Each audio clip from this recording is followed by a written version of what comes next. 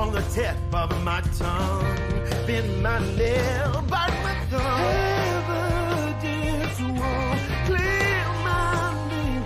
Baby, your presence will be the breath into the moment when I press my eyes shut.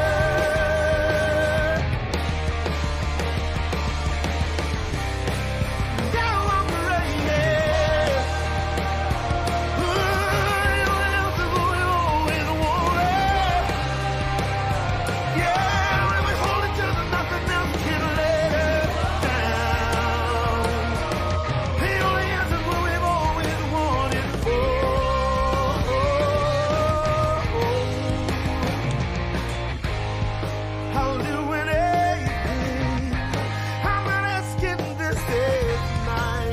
Perfect strange, 10,000 days on there.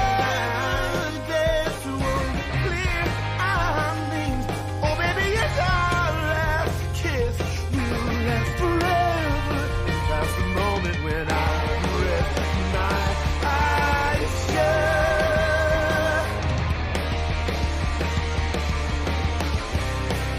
Now I'm ready.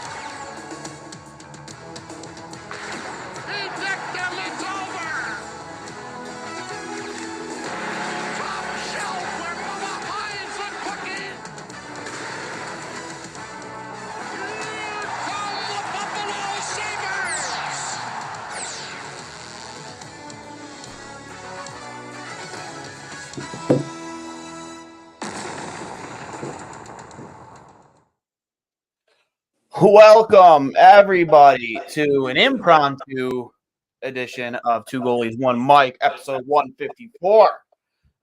We recorded last night after the Sabres game, and I think we both agreed that we didn't think this day would be coming anytime soon, and then less than 24 hours, the Sabres relieve former head coach, Don Granato of his duties.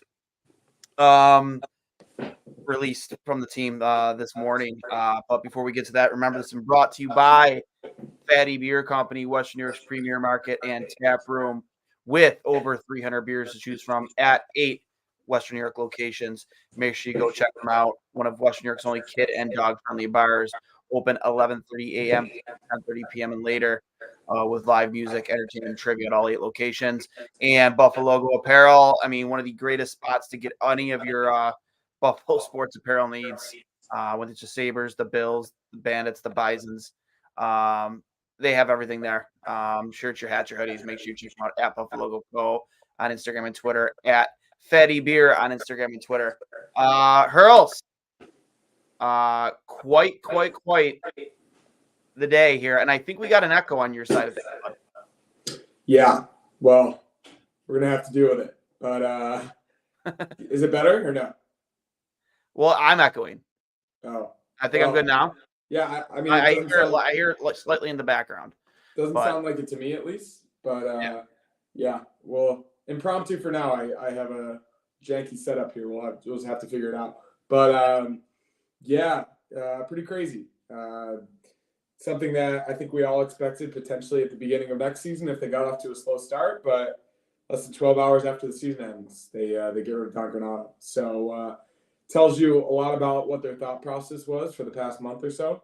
I think Kevin Adams explained his thought process pretty well today, actually, in his press conference. We can get into that a little bit more.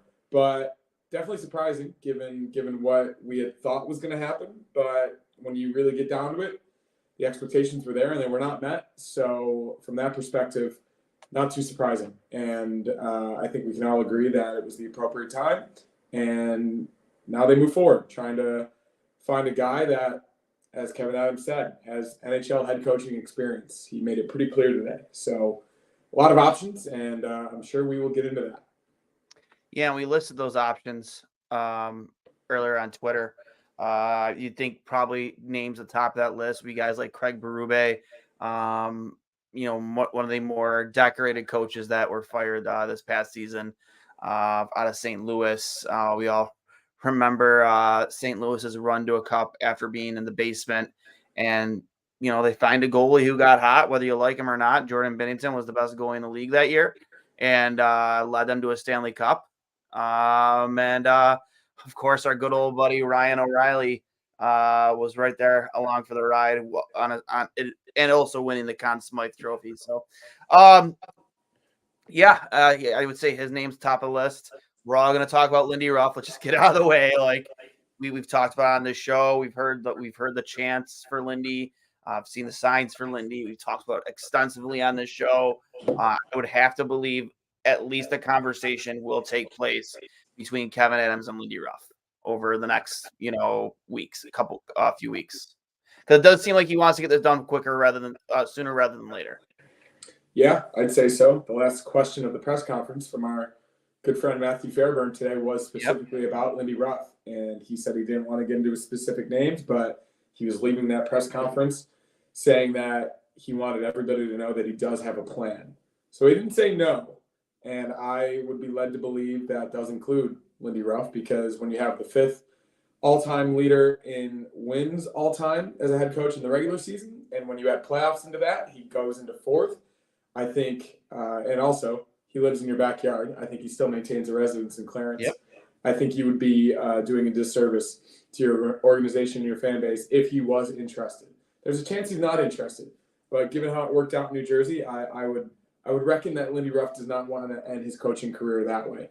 And as we've said many times, what better way to end this, to finish his story of the head coach and also finish the story of the Sabres head coach, breaking the longest playoff drought in NHL history and maybe even making a cup run. That would be one for the history books. So I absolutely think they either already have talked to him or they're going to talk to him. Yeah, I'd have to agree. From our good buddy Walt on Sabermetrics at Sabermetrics on Twitter, he tweeted out earlier, Lindy Ruff has an 82, 49, and 12 record as an NHL head coach over the last 2 seasons.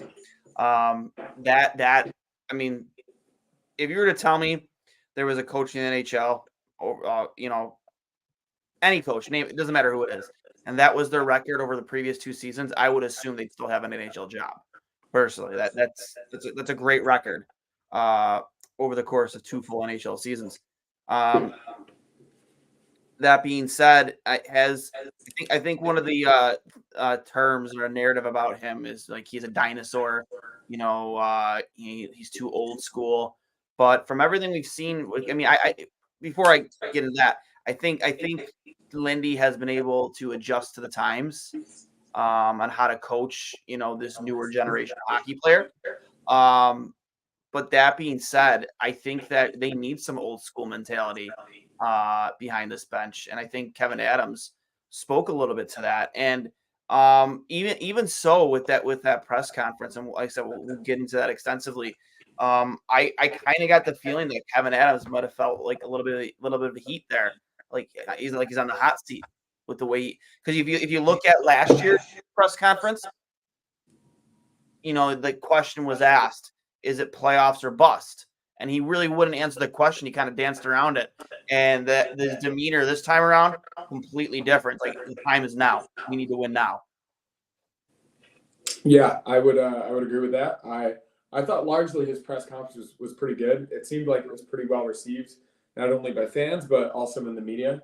I can't speak for everyone. Obviously, I'm sure there's a lot of people out there that kind of feel like it's all talk and none of it really matters until they actually produce results on the ice, which is completely fair. But in terms of his tone, and also what feels like he's been given a little bit more leeway this time from Terry Pegula, I think there's a little bit more of a hands-off approach. And I think it's really, really going to be up to Adams and the people that are surrounding him to have full control, full leverage in terms of getting the guy that they want. And it does seem like they have a couple or even a few real clear targets in mind. And honestly, I'd be surprised if they're not the same guys that we're all thinking of. If it's not Lindy Ruff, if it's not Craig Berube, if it's not Gerard Gallant, if it's not Bruce Boudreau, I think he really, really wants, and I mean, he said it flat out with no sugarcoating whatsoever, that he wants a coach with NHL head coaching experience. That rules out Seth Appert, that rules out Michael Pekka, that rules out Jay McKee, that rules out Ricard Gronberg from overseas. That rules out a lot of guys that we've discussed in the past. Even a guy like David Carl, who has won 2 championships in the past 4 months with the University of Denver and the U.S. World Junior Team. I think that puts you in a much different ballpark than we've been in previously. Obviously, we've done this with Dan Bilesma, and we've also tried, obviously, first-time head coaches in Phil Housley, Ralph Kruger, and Don Granato. But getting a guy with NHL experience, a no-nonsense guy with clear systems in place, seems to be the clear path forward for this organization. And I think everybody can agree, for the most part, that that's exactly what they need right now. Mm-hmm. Yeah, I could agree with that more. And like you said, Kevin Adams wants experience. And does that rule a Michael Pekka out? I mean, I would assume so. Yeah, I think he said pretty clearly that it does. Yeah. Do you still think that if Pekka were to reach out for an interview, do you think Kevin Adams would give it to him? Hard to say. I think I'm not necessarily sure how that ended. If you weren't able to keep him in the organization in the first place, I can't imagine that it ended well. So maybe that bridge has been burned. If he did reach out, yeah, maybe interview him. But it does feel like that the resume and the job experience section that we see on job applications for this job specifically would say 3 to 5 years experience is an NHL head coach required. That's kind of what seems to be the standard moving forward here. And I, for one, am pretty happy about that, because at a lot of times this season, both from a lineup and a system perspective, it seemed like this team lacked direction. And not even just that, with the power play and game management, in-game management, timeouts, the ability to take control of the game from behind the bench seemed to be lacking. And having a guy with experience in those exact situations in the NHL, I think, is crucial. So, maybe he would give an interview to Michael Pekka and Jay McKee for purely just for exploratory purposes. But in terms of the guy they're going to hire, I think it's going to be a guy with 300-400 plus games of NHL coaching experience. You would like, if for a guy like Pekka or McKee to get this job, they would have to absolutely blow them away in the interview. You know what I mean? You know what I mean? Like they would absolutely have to, like, almost Herb Brooks it from the movie Miracle when he showed up for his interview, just kind of blow everyone away. Other names on the list: Daryl Sutter, former Calgary coach; Todd McLellan; Alain Vigneault; Jay Woodcroft; DJ Smith; Jeff Blashill; Lane Lambert, and then, of course, again, Bruce. There it is, Mr. Bruce Boudreau, Gerard Gallant. Some wild cards I had in there were Ryan Warsofsky, but I think that judging from, again, as we spoke a couple times already, experience, I think he would be out of the conversation. Mark Savard also probably out of the conversation, but I think the biggest dark horse here, and it makes me want the Islanders to win in that first round, would be Rod Brind'Amour. He is still not signed beyond this season, which blows my mind. And that guy would be at the top of anyone's coaching list, if you have a vacancy, which Buffalo does.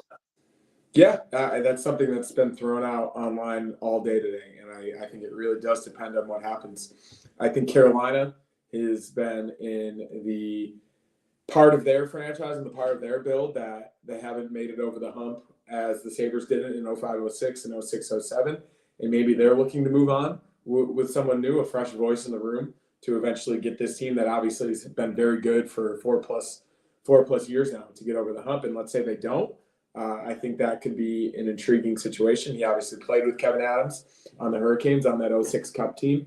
So yeah, I mean, I think anybody would be intrigued by that, but at the same time, it'd be tough to wait around and ignore these other really, really good candidates while the Hurricanes potentially go on a cup run. I could easily see them winning the cup this season with the way that they've been playing, with the addition of Jake Gensel, with the goaltending and the defensive core that they have. I think they are potentially, if not the favorite, they're the number 2 in the Eastern Conference this upcoming playoff. So I guess you can wait and see what happens, but it doesn't seem like Kevin Adams is willing to wait around that long. And it's just mind blowing to me that guy could potentially be available, even after their first round exit. I know that like the expectations there are big for this team, and I know that maybe they were trying to broach it with maybe he's gonna maybe with a contract hanging in the balance that he'll be able to. Oh. You got me? Yeah, I gotcha. Okay. Maybe with a contract hanging in the balance, maybe he'd be able to get this team over the hump. But he would almost be willing to wait 2 weeks to see if the Isles, beat, like, because I think, isn't that what's slated right now? Them and the Isles? I think so. I saw that today. I'm pretty sure that's. Why not wait the 2 weeks? See if you can get an interview with the guy. He's a free agent.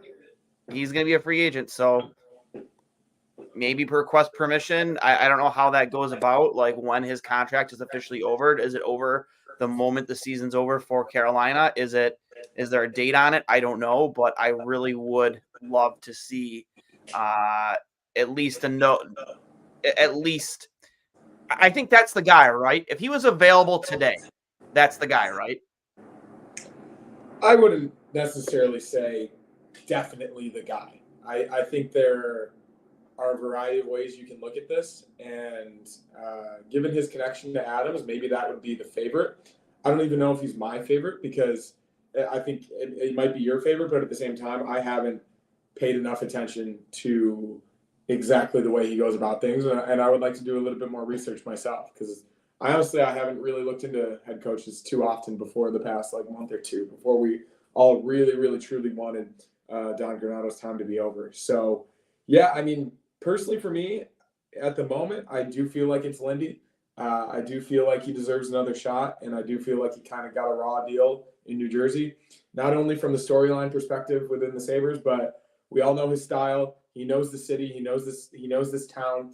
He knows the fan base. He knows the media. He's very familiar with a lot of things that a new coach would have to come in and get familiar with. And his combination of that old school toughness, while, as you said, the ability to adapt to the new game and succeed in the present day NHL, which he has done.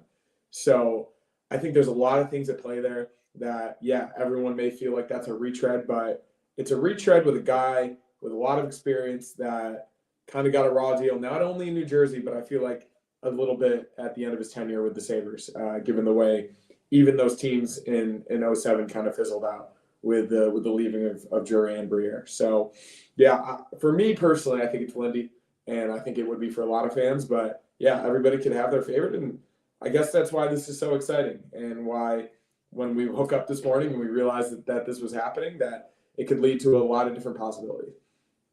It's funny, too, because I was I went live immediately on Twitter. I was I'm not sure if you listened to that video at all.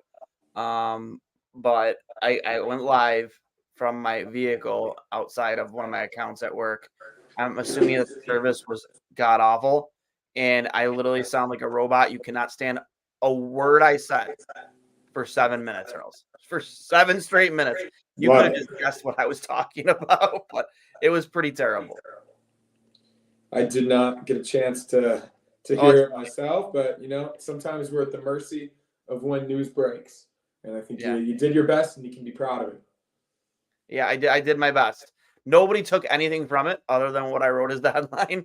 But it was awful. It was almost like Farmer Fran from Waterboy. Yeah. Well, another guy who did his best that I think we should appreciate for a second. Guy on the shirt. Donnie Meatballs. I think that while this may have been time, while maybe this is absolutely the time to move on, I have a lot of respect for what he came and did for this organization. I think 3 years ago, during the midst of that 18-game losing streak, I think it was, with Ralph Kruger, and when it was clearly wasn't working, he came in, he stepped in, and did a really good job for a young team that had no direction whatsoever. And I think there are points during these 3.5 years, these 3.5 seasons, where we were all genuinely excited about the direction of this team for the first time in a really, really long time. And I think that's something that should be respected and appreciated among the fan base.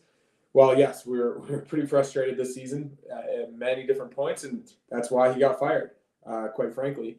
But Don is a very good developmental coach, and he played a part in Tage Thompson becoming a superstar, Alex Tuch's transition into this team after the trade, Rasmus Dahlin becoming what I believe is a top 5 defenseman in the NHL, opening up his skill set to being the player that he is today. So, well, yes, it ended in not an ideal fashion. I do think he added a lot to this team and to this current group. And if they do go on to succeed and break this playoff drought and hopefully go on a run here, Don Granato did play a part in that. And I wish him all the best. And I know that he's going to end up somewhere either with an NHL team that is rebuilding, let's say the San Jose Sharks or the Utah, whatever they're going to be called, or what have you. A young developmental team, I think he'll be really, really good for that situation because I think that's what he does best. Columbus 5, Carolina 3, fire Brendan Moore. Yeah, listen, I agree with all of that. I think that everything that Don Granato has done for this organization, to your points, with guys like Tage, especially in Dahlin, it can't be understated how much it's going to mean to the future of this franchise and its success. Realistically, without Don Granato, Tage Thompson doesn't have the year he had last year or even the year before that. And he's probably not the player. He might never even get moved to center, at all by any head coach. Any head coach might not realize, that's where he belonged on the ice and gave him that ability to use his size and his skill and his playmaking ability in that area of the ice. So absolutely a couple clicks for Don Granato there. But like Kevin Adams said, he got this team to where it is, but he wasn't able to get it to where it needs to be, and they decided to move in a different direction.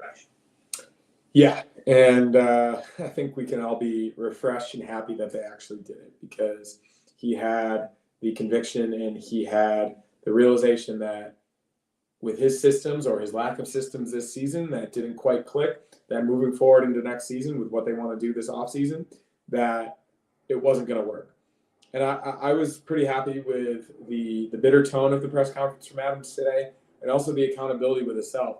I thought the media members did a great job at asking the questions that I would have asked. I think a lot of them made it a point that how much of this is on you. And I think Adams, obviously he had to do it, but he did a really good job of saying that basically all of this is on me. I didn't do enough this past offseason to put this team in the best position to win.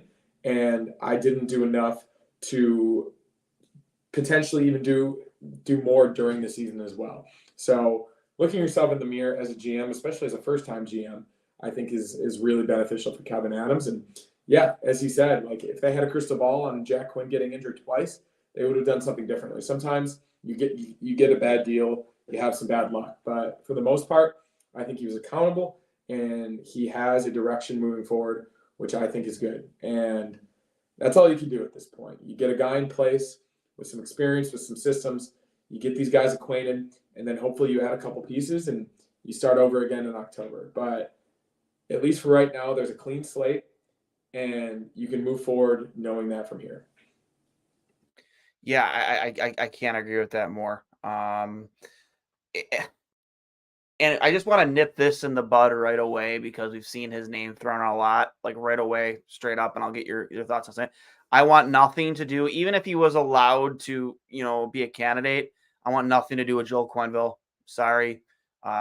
Whatever his involvement might have been in Chicago during the Kyle Beach scandal and the cover-up, I want nothing to do with that guy. I don't care how many cups he has. I don't know, what type of career he's had. I do not want that toxicity here in Buffalo.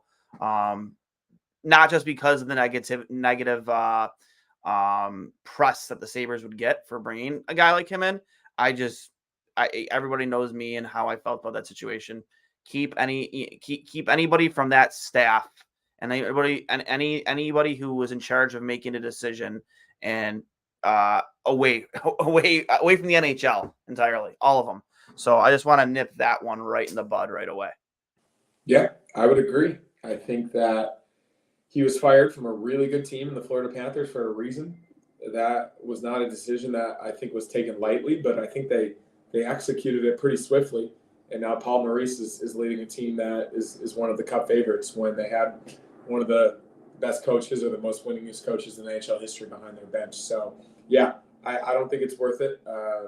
If you could distinctly prove that he had no involvement whatsoever and he absolutely did the right thing, and you'd have to do a lot to meet that standard, and I don't think that's worth it, especially where the Sabres are as an organization right now. So, yeah, I don't know who's throwing that out there, but I don't think that's going to happen, and it's not even worthy discussing past that. Another thing I really liked Adam saying today is that they are going to have a power play specialist, and I think that is absolutely necessary in today's NHL. And, of course, looking at how the Sabres performed on the power play this past season, having a guy to come in there and be creative and be transparent and have the ability to adapt to changing systems and changing defenses and penalty kills to a power play. I think that's going to be really important, whoever does be a part of this new coach's staff. Everyone made the joke that Matt Ellis was not one of the people fired today. It seems like he's going to have a new role in the organization, which hopefully will not be behind the bench, which will be a developmental role as he had previously, as our friend Duane here has said he was coaching 13U, I guess, before this. So it seems like they are at least self-aware of the mistakes that they've made, and they're working to correct them, which is what any organization, what any business, what any person should do when they realize that they have gone down the wrong direction. So another really, really cool thing that I think could be beneficial for the team next season. Yeah, I couldn't agree more. And Matt Ellis you can send that guy to Siberia for all I care. I mean, there was almost I know I said, how the hell does he have a job still? But I mean, him and Kevin Adams are like this. So there's no way Adams, was gonna fire Matt Ellis. He'll find some other role for him in the organization that doesn't involve him being behind Buffalo's bench, put it that way. Speaking on the accountability side of Kevin Adams, I'm happy that he made this decision. It sounded like it was his decision to make. And yes, there were a lot of issues from a coaching standpoint with this team, lack of making adjustments, in-game adjustments, not recognizing, I almost felt like he did a complete flip from last year to this year with how he utilized his players and how he wasn't able to put those said players, with the exception of the guys who were dealing with injuries, in the best possible positions to succeed. But I know he accepted accountability. And that's a word that he used a lot. Accountability is something I've been begging for now for over a year. Accountability. And I really, really, really hope that is at the top of the criteria for whoever this next NHL coach is. But I mean, does Kevin Adams get enough blame for the way things went this season? I know, it's it stinks. You never want to see anybody lose their job, but I mean, Kevin Adams did next to nothing in the offseason to get this team to over the hump and get them to the playoffs. I think he's received his fair share of blame, and I think his tone at the press conference today was pretty self-critical. I think he obviously needed to do that, and I'm glad that he did. And I think he realizes that him going into this season with the same group that almost made it last year and just hoping everybody produced at the same clip was probably not the best idea. So I felt like he was self-aware today, and he was not only critical and accountable, but somewhat apologetic for the way that this season went. And should he have lost his job for it? There's an argument to be made, but at the same time, losing both your coach and your GM, going into such a critical offseason where your group still obviously has a lot of talent, still pretty young, but is not that far off, I think would have been too much to bear for an organization that hasn't necessarily found their footing from a business perspective in a really long time. So I am glad that he's going to have another opportunity, because he does generally seem like a pretty smart guy. He's made really good trades in the past. He's drafted well. He's made some good pickups here and there. So giving him one more shot this offseason to work with a new coaching staff, not only a head coach, but likely a few different assistant coaches as well. It seems like Mike Bales is going to be there for the goaltenders. So that's a positive in the right direction. He's, I think, largely considered one of the best goalie coaches in the league, no matter where he's been. So I think that's another good move, keep retaining him.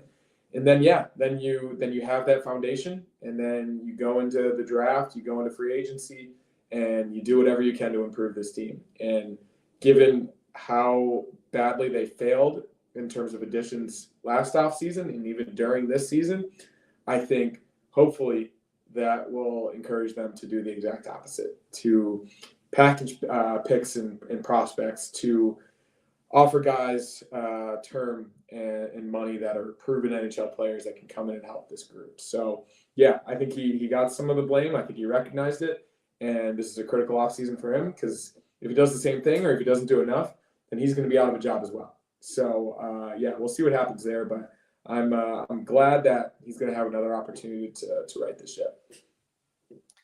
Assuming that the players all watched his press conference today, I'm not sure how they received the news about Don's firing, if they found out how we found out. I'm assuming that, there was some type of, maybe even like a Zoom call, some type of message said to the team, or when Don even found out. I mean, again, it happened less than 24 hours after the final game of the season. How do you feel like this message was received by the team? This is a team that said that, they had Donnie's back. They loved playing for him, for whatever reasons they were. We can speculate, is it because they, embrace his philosophy from last year, because, Kevin Adams made a point of it many times that the system did not change. It's just the players just weren't prepared enough. They didn't execute it. It didn't seem like they were prepared almost from training camp, which is a huge concern to me. But, how do you think this message will be received by the team? A guy like Darlene, who will now be on his fourth head coach in 7 years with the team. Almost, I think those are Eichel numbers. When Eichel was on his fourth head coach when he finally left Buffalo. How are they going to receive this message? They seem to have liked Donnie, and what type of coach do you feel in terms of what Adam said? He wants a mixture, a blend of both. A guy who's going to be assertive and accountable, but knows how to adjust to the times. Like how do you feel like they reacted to it? When do we think they found out? And, who is the best, like what type of a coach, not who, but what type of a coach is the best fit for this team? I think they're definitely blaming themselves. I think you can kind of gather that from how they responded to the Fire Donnie chants earlier in the year after the Columbus loss.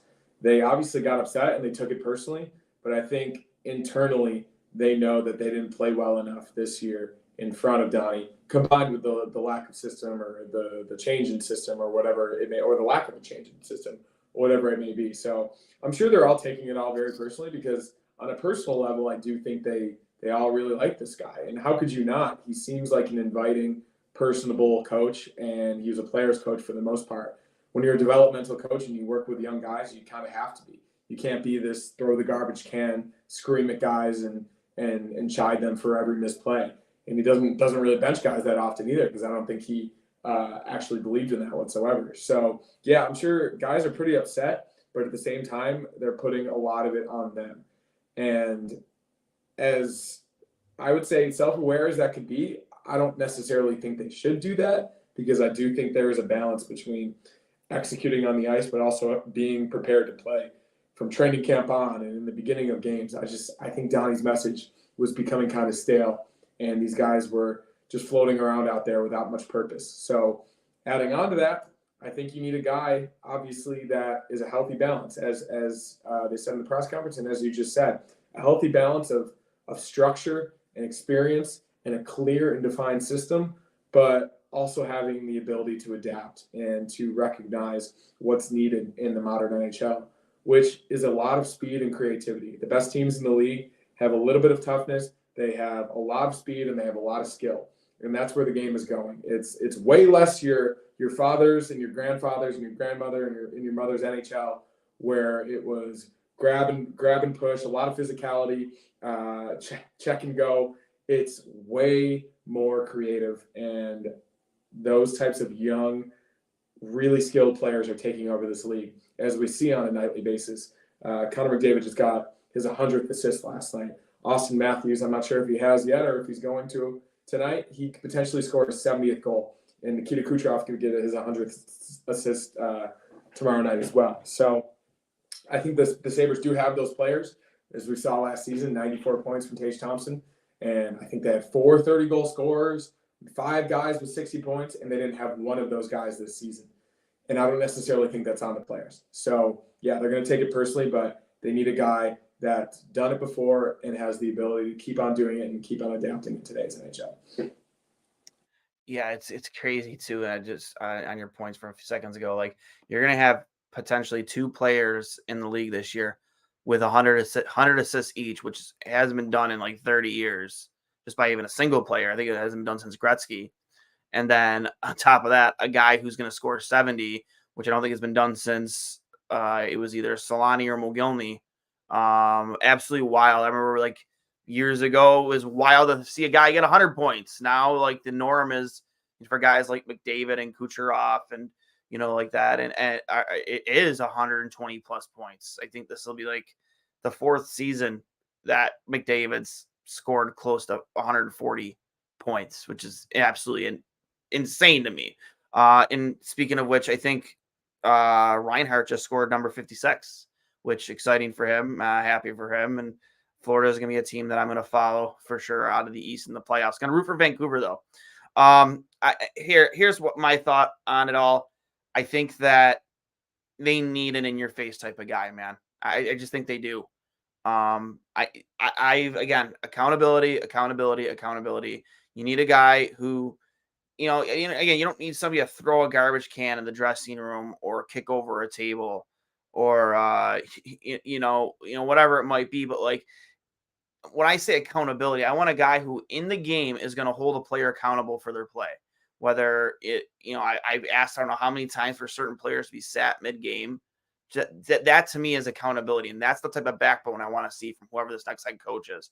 And, when I put up that graphic, I know I put Mike Peck up there, even though I left him up there. I didn't change the photo, but you have Lindy, you have Bruce Boudreau, you have Gallant. There's other names in there too, like guys who are very well known for holding players accountable, both mid-game and, he'll throw you up in the press box. Me personally, that's what I want. I just want that. I'm tired of the kid gloves. I saw, I can't remember if it was a tweet or a group chat. Back when Bilesma lost his job, it was essentially the players winning over the head coach. The players didn't like the head coach, so they got rid of the head coach. And realistically, you can say what you want about last year about Donnie, but like that was possibly the close. I mean, not to say the closest to a playoff team, that we've had in a long time, but like that team that Bilesma coached to above 500, that wasn't a bad hockey team, and they had very subpar goaltending, and they still found a way to be an above 500 hockey team. But the players disliked the coach. Players got their way. I'm not saying that should be the way it is all the time, but it was very well known. The players loved Phil Housley.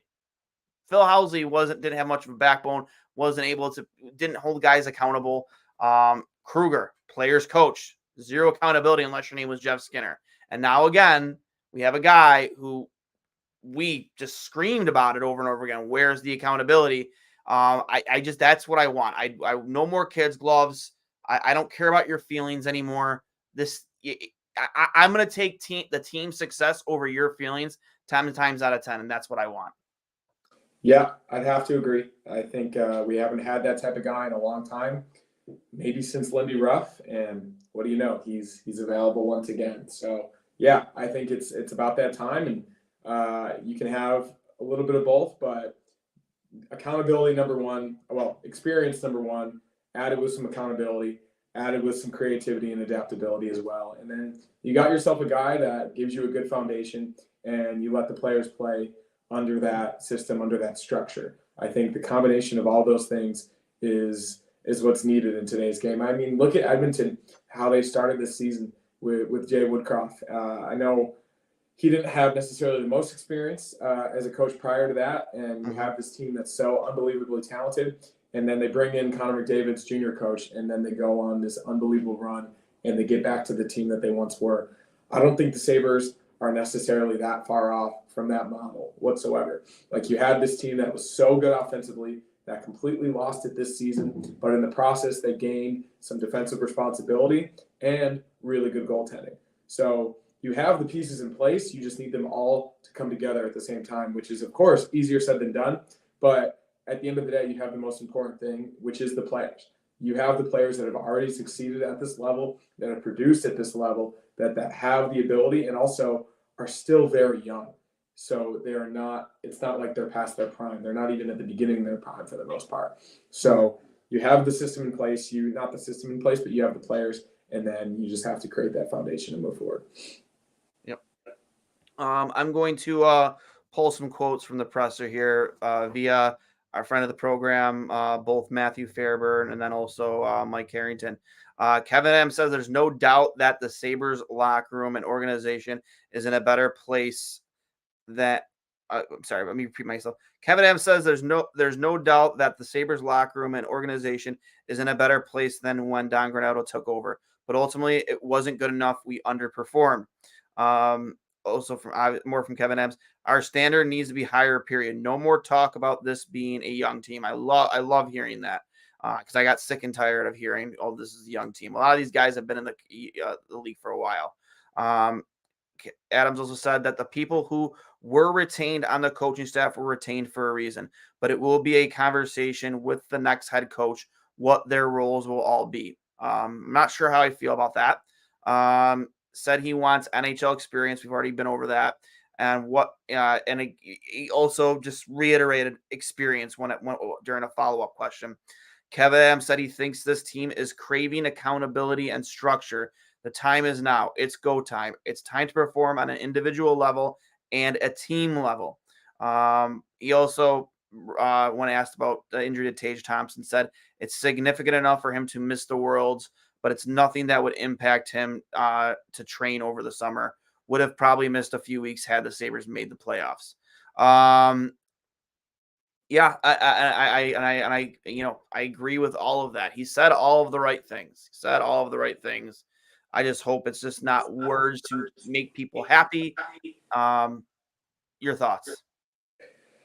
Yeah, I mean, like I said, I listened to most of it earlier today, and I think that it was about as good of a press conference as he could have had in a really tough situation, because I think he's coming to the fans from a perspective that most of them don't want to hear a word that he says, and all that he can do at this point is produce results on the ice, in which he technically, aside from putting the guys in positions he doesn't have a control of tangibly, in terms of actually getting out there himself. So he's in a really tough position right now. And I think the good part, and something that I'm at least encouraged about, is seems like he has more control and he has more ability to put this team in the direction that he wants than he had previously, which I know we've talked about it many times, but that might not even preclude a director of hockey operations at this point to bring a guy in to potentially help him oversee this transition in terms of bringing a guy. Maybe it's a combo of an experienced head coach and a guy he's worked with on the business side or in the front office before. I think a lot of people would be open to that as well. So I think just stripping it down to the core and realizing what went wrong, which I think he definitely did, and also having a clear direction of what he wants, which also seems like he has, is the best possible thing he can do right now. Because as unfortunate as this season was, I think we can all agree that it's a way better position than openly tanking, than being as bad as they were for a long time, being at the bottom of the league. Yeah, they played at a 73 point pace for the first 3 months of this season, but they finished with 84. So they definitely improved, and a good part of that is obviously the improvement in the goaltending and the defense, and a few good seasons from guys that have developed and they've improved. But this team is still in a position where they have the ability to get to that next level if they add a couple pieces, which is not out of the realm of possibility whatsoever. So yeah, I was impressed with the press conference. I think that he did all that he could today, moving forward from the end of this season, moving forward in the next, and then you just try to win each day from there. And I think he's going to move pretty quickly. Like I said, I think we'd all be pretty happy with Rob Brind'Amour, but at the same time, he's not going to wait around for him to go to the Eastern Conference Final or win a Stanley Cup. So I'm excited to see what happens here in the next week or so, because I do think it's going to happen that quickly. From Mike Harrington. Yes, my takeaway is that it sounds to me like Kevin Adams is going to head down the road with Lindy Ruff and see where it leads. But there are other guys out there too. I would like to see him talk to at least Craig Berube and Bruce Boudreau. Sabres players talk the next 2 days. I wonder if that Friday morning slot that they plan for Adams and Granato might turn into Adams and a new coach. The GM said his process was starting this afternoon, and also mentioned that when he looked at his phone, because it was on Do Not Disturb, he did have a lot of voicemails. Hurls, who would you hope is in his voicemail box right now? Lindy Ruff. I would hope Lindy Ruff's in there. I would hope Craig Berube's in there. I would hope all the guys we mentioned, Gerard Gallant, Bruce Boudreau, even Alain Vigneault, any of these guys who have coached multiple NHL teams and have had experience winning hockey games, not only in the regular season, but in the playoffs as well. I think any number of these guys are qualified. As we said, if this was a job application online, none of us would be qualified as much as we think we might be. You have to have hundreds and hundreds and hundreds of games of NHL head coaching experience to be qualified for this job. We said this exact same thing in 2015 with Dan Bilesma. He had won a cup, but he had only coached one Pittsburgh Penguins team with Sidney Crosby and Evgeny Malkin in their primes. So I think that is a different situation to this. And I think everybody wanted Mike Babcock as opposed to Dan Bilesma 8 or 9 years ago. So I think in this specific situation, you interview all of those guys over the next few days. You see which one you like best, which you even get the players' input. I would absolutely talk to Rasmus Dahlin and Tage Thompson and Alex Tuck and the core of this team, the leaders of this team, and see if they have any input. Because at the end of the day, if these players aren't going to vibe with the coach, this is going to lead us to another situation in 2 years where we're talking about the exact same thing. So, yeah, I hope there are voicemails from all of those guys. And if there are, I guess, some Sabre retreads like Jay McKee and Michael Pekka, you at least listen to that and you see what happens. But, yeah, I think we all have a pretty clear focus in mind, and it's these guys with NHL head coaching experience. I would say probably one of my favorite quotes from his press conference was for sure.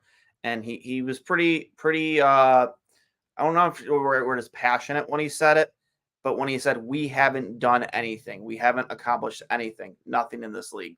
We haven't earned the respect of the league yet.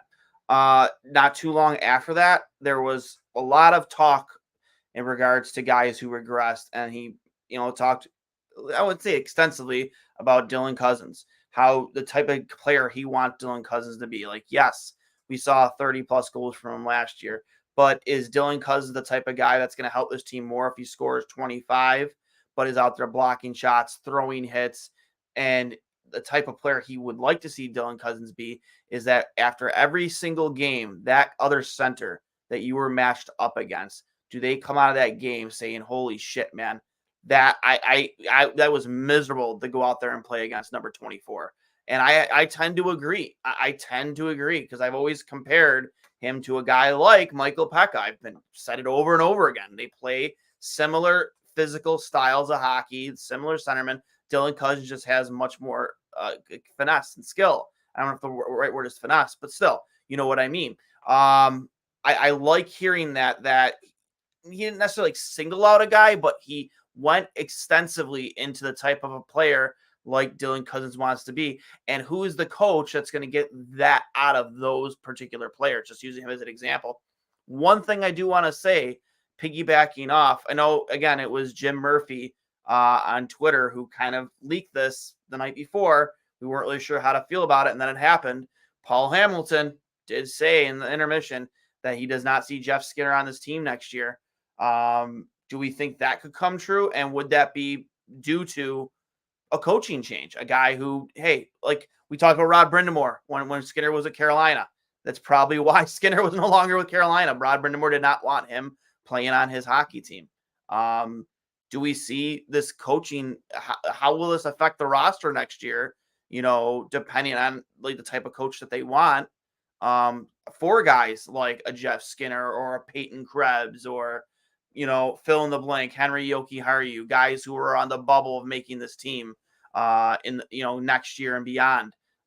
You know, how will this head coach affect those types of players, especially when the biggest criteria outside of experience is accountability, and being tough to play against. He wants this team to be hard to play against. He said there's two different ways of doing that. You can be really fast paced and high skill, and you know it's tough to play against, or you come into this building, a building that he kept reiterating too. He's like, I know how good of a building this, how good of a building this that the arena can be, and how you know how we can turn, how at there are times where it really is a home ice advantage. It is an advantage to play at home.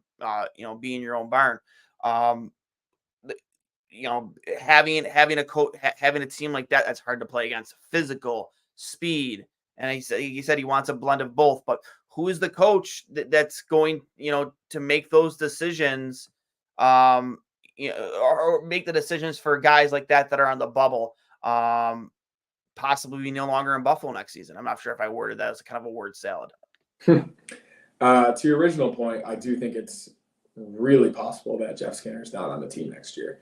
I think given how long he's been there and, like you said, the type of team that they're trying to build, there's absolutely a chance that if they can find a willing trade partner, someone that is either willing to take that contract or the Sabres work out a deal where they retain some of that salary, I think it potentially might be time to move on. I'm of the opinion that he can still be of value to this team. I think there were definitely points this season where he was still a very good goal scorer, and he can still be very good in that role specifically. And at the end of the day, you have to score goals. So I'm not completely opposed to him being on the roster next season. But at the same time, yeah, for a guy like him, Peyton Krebs, Henry Jokiharju, I mean, I don't know about Zemgun Skirgensons at this point, but I would say anybody in the bottom six or the third pairing of the D, this should be treated as a tryout, right? Like a guy that comes in, the head coach, whoever they pick, is going to bring in his staff, and he's also going to want his guys. He's going to want the guys that can play his system the best. And he's going to hopefully be in constant communication with Kevin Adams this offseason about trading or drafting or signing guys that would fit the way that he wants to play. And then you get into mid-September for training camp, and you're going to have a collection of guys that I hope would be like a AAA tryout that we all experienced growing up, or a college team or whatever. The best guys that are going to fit his system and his style of play and his identity for a hockey team are going to make this team. And if you don't, then you're either going to get traded or you're going to get benched, because it is a business at the end of the day, and the best 16, 17 guys on a nightly basis, more than that, 20 guys, however many guys you feel a nightly NHL roster with, are going to make this team. So, yeah, this puts a lot of guys on the hot seat. This puts guys that haven't necessarily produced at the highest level for a long time, very much so in limbo. And maybe that's a motivating factor for a lot of these guys, and I hope it is. I couldn't agree with you more. Your top three candidates right now. I think Lindy, of those that are available, not coaching a team right now, I think Brendan Moore is an entirely different discussion. Exactly. Not counting Rod Brindamore. Yeah, I would go I would go Lindy, Craig Berube, and Bruce Boudreau. I would.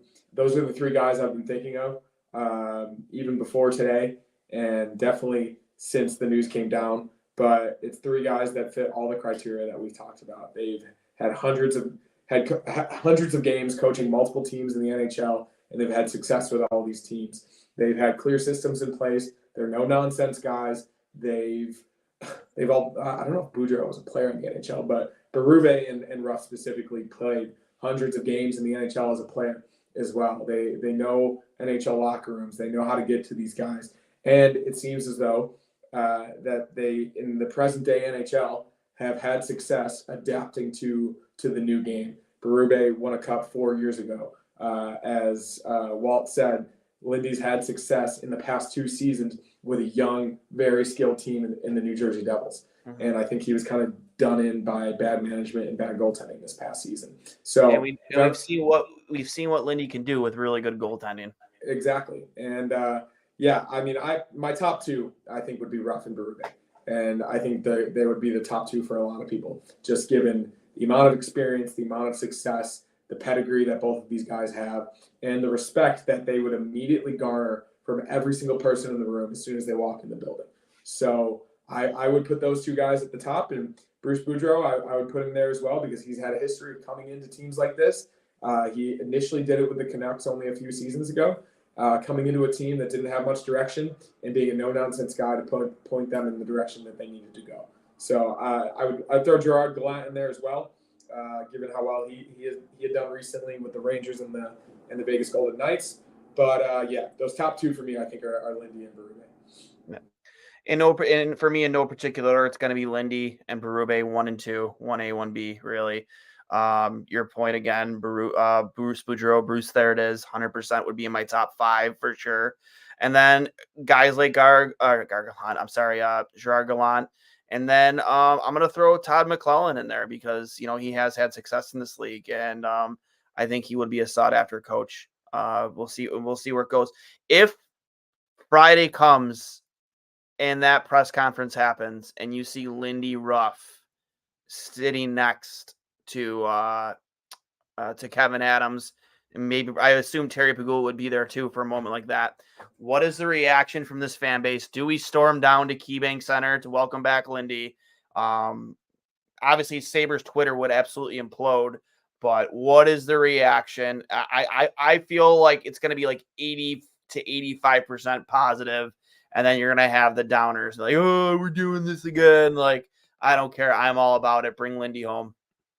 Yeah, I really hope it doesn't happen this Friday because I'm going to be in Austin, Texas at a bachelor party. So that would be a tough way for me to consume the news. But if it does happen, as you said, I think it would inject some life into this fan base, into this organization, into the city that is much needed right now.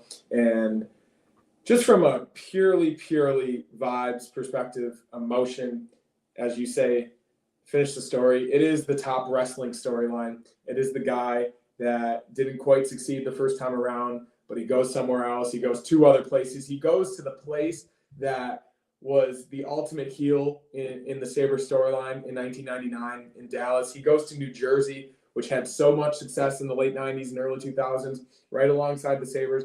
And then he comes back home, and he does it with a completely new group with guys that he's never coached before, but he clearly knows and has coached against in this league. That would be one of the best stories that's happened to this franchise if he were obviously to bring this team to the next level and break the 13-year drought. So, yeah, I, for one, would be ecstatic. And I think not only with the storyline, just looking at it logically, it makes sense for this group at this current moment. There's a chance it doesn't work because there's a chance anything doesn't work. There's a chance that maybe this isn't the right group, maybe this isn't the right core, and they're going to have to get rid of some guys if this really implodes. There's always a chance of that, and we are not future tellers. Like we cannot predict exactly what's going to happen. But with the information that we have now, with the players that currently exist, and hopefully with the additions that are coming this summer, I cannot find or cannot think of a better coach that could be better for this group right now than Lindy Ruff.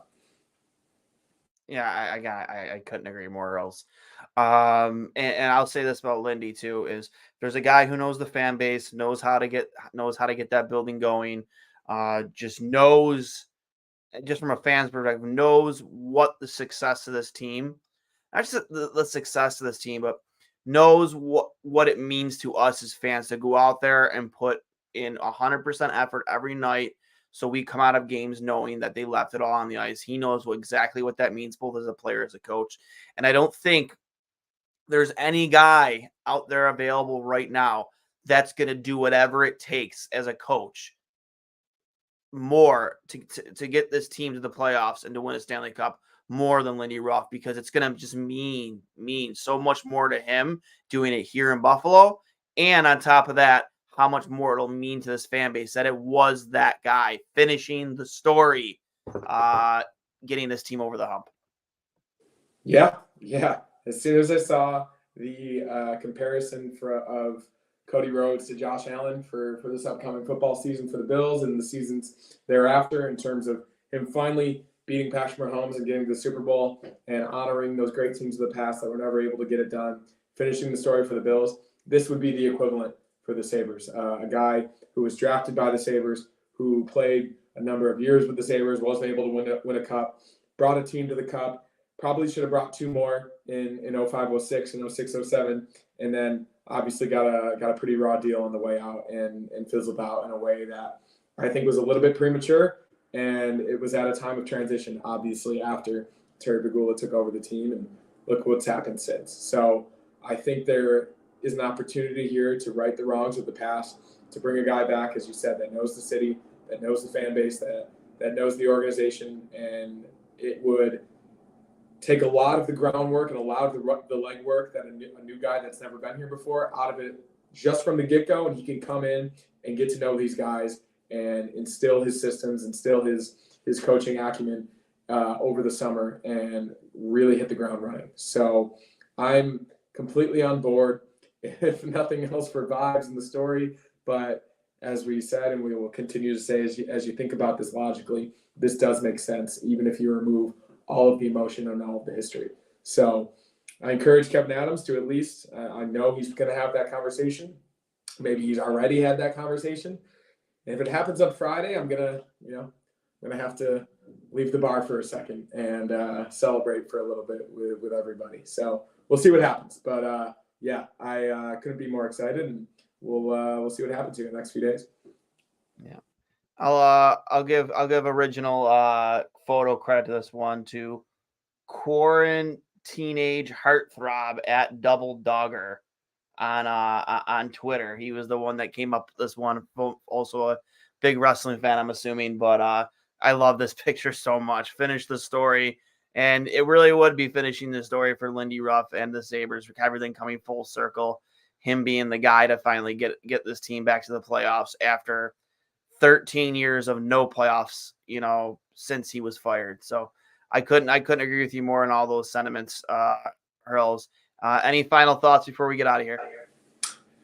Final thought is that I'm glad this happened today. I said at one point during the day, I think it was the point where I saw that they were going to hire a power play specialist and that Matt Ellis was going to be given a new role in the organization, that the Sabres are absolutely crushing this offseason thus far. The offseason's only a day old, but we all woke up to news that we weren't necessarily expecting this morning, but we got it in a way that seems swift, and it seems self-aware, and it seems logical moving forward.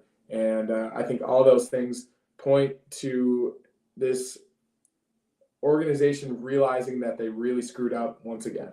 And they know what needs to be done to get this team over the hump and to provide this city, provide this fan base, the hockey team that we all deserve and that we all love. So I'm excited. I'm encouraged. What else is there to be right now? Because it's kind of an open book, but I think we all have a couple options in mind. And even if it's not those options, even if it's a guy that we're not necessarily thinking of, but does have that criteria that Kevin Adams said he clearly wants today, we can go into it with an open mind, knowing that they're trying something that we've all asked for a really long time. So I'm glad they did it. It's kind of a blank slate, and you can move forward and see what happens. But I think today was a really important day in the history of the Buffalo Sabres, and I do think it's going to mean good things moving forward. Again, agreed with every single sentiment. The Capitals just scored on the empty net. Game was tied 1-1 between them and the Flyers. 3 minutes left. The Flyers pull their goalie because they obviously need the win in regulation. Pull their goalie. Big save by Lindbergh, and then it's TJ Oshie who bursts down the wing and finds the back of the empty with 3 minutes left. Also, a few minutes ago, the Red Wings tied the game, I believe, at 4. David Perron with 3.5 seconds left to keep their playoff hopes alive. So a lot of interesting hockey going on right down to the wire here out of the East. Definitely going to go check that out as soon as we get out of here, Hurls. Yeah. Oh my gosh, the Red Wings. They are making it way harder than it needs to be on themselves. If anyone saw the game last night, they were down 4-1 to the Canadians. And yeah, they scored with 5 seconds left again tonight. Oh my God. That is unbelievable. I can't wait to see that highlight. But yeah, hopefully we'll be talking, hopefully the Sabres will be comfortably in a playoff position at this time next year and not have to worry about these scenarios. But this is really exciting. And with Lindy Ruff behind the bench. With Lindy Ruff, and it's what makes you love hockey. In this time of year in the next couple of months is obviously the best time that we all remember growing up. So yeah, I'm looking forward to it. But yeah, we'll see what happens with these teams right now. That being said, this has been episode 154 Two Goalies on Mike, brought to you by Fatty Beer Company, Western New York's premier market and tap room, with over 300 beers to choose from and 8 different Western New York locations. Fatty Beer offers some of the greatest vibes in all of Western New York when it comes to the bar scene. Live music, entertainment, and trivia at all 8 locations. Open 11:30 a.m. till 10:30 p.m. and later. Both kid and dog friendly. And as always, Buffalo logo apparel. Whether it's the Sabres, the Bills, or any of your Buffalo sports apparel needs, any local designs, local companies, they all go to Buffalo logo for their shirts, their hats, their hoodies. Make sure you go check them out. They carry our merchandise too. Go check it out. The Hashik goated embroidered hat with the mask on the side. They have an RJ1 too, which I'm sad I haven't gotten my hands on myself yet. But all at buffalogo.com, at Buffalo Co on Instagram and Twitter, at Fatty Beer on Instagram and Twitter, fattybeer.com. I am Duane for Connor Hurley. Sabres coaching search begins today, and we will see. Hopefully by the weekend, we'll get some more news on that. So you guys take care. Enjoy the rest of the week until we hear from you guys again. As always, go Sabres. Talk to you later.